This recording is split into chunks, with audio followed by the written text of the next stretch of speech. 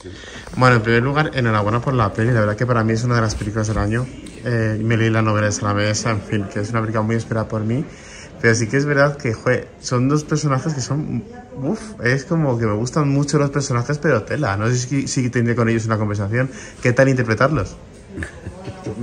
Para mí divertidísimo. Hacer un personaje como este, un manipulador pasivo.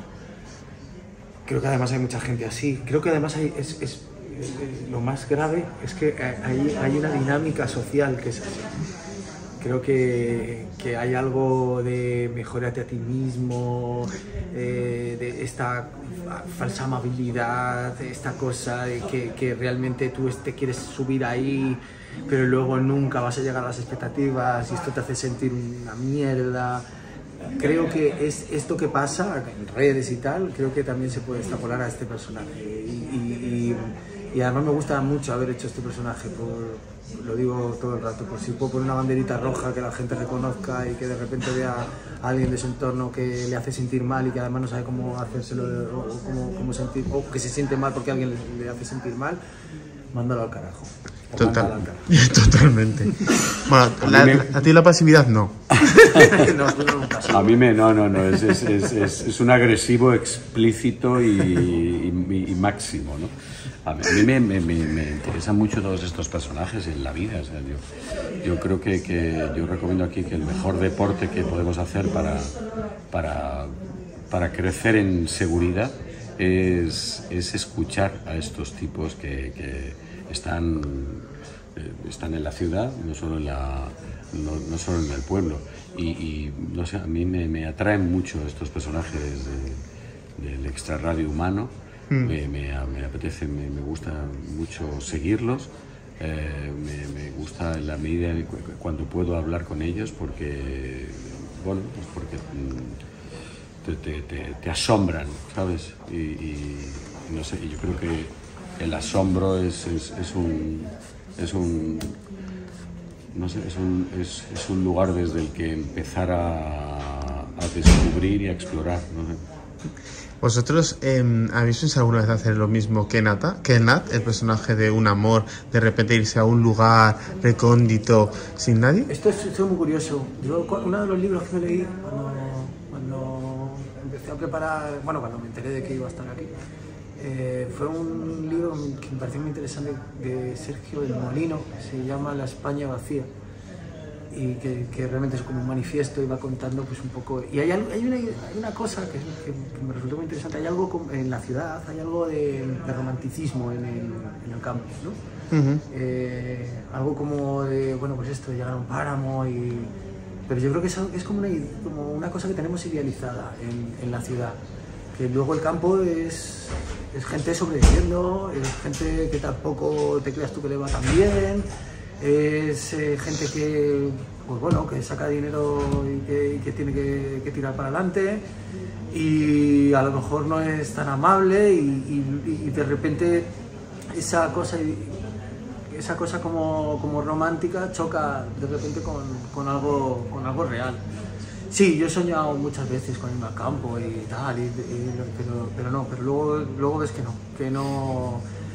hay una inercia, que está muy bien ir al campo y ojalá fuese capaz de gestionar algo así, ¿no?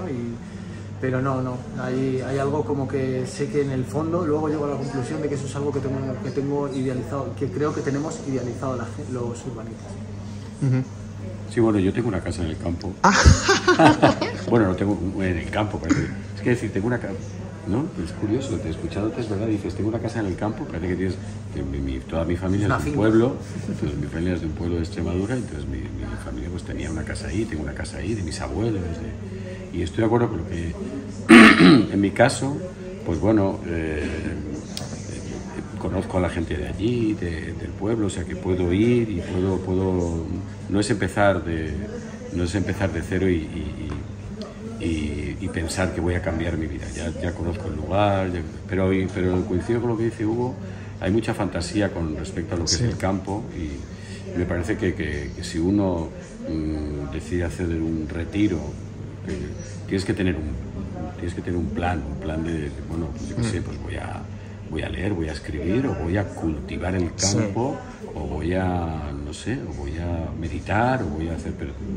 Porque si no, acabas, bueno, igual o tan mal como mucha gente en la ciudad, porque no pensemos que la ciudad es un lugar acogedor. Yo creo que la ciudad es muy hostil, ¿sabes? Creo que bueno, y es verdad que en el campo estás en la naturaleza, ¿no?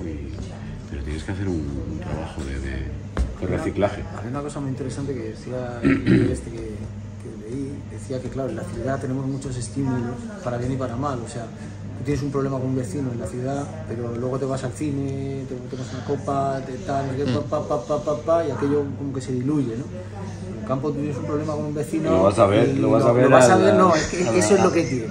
Eso es lo que tienes, sí. Y eso es, o sea, que te encuentras a ti mismo, pero que cuidado, que a lo mejor te encuentras luego a ti mismo y no te gusta. No, y el silencio atronador, ¿no? El silencio atronador que tiene el campo, que tiene un lugar. A mí me gusta, yo me refugio mucho en la naturaleza y flipa y me gusta. Otra cosa es vivir en lo rural, creo que es otra cosa.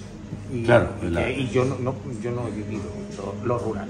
El anonimato que tienes en la ciudad no es el campo. En el campo, bueno, eres anónimo a otros niveles, no sé.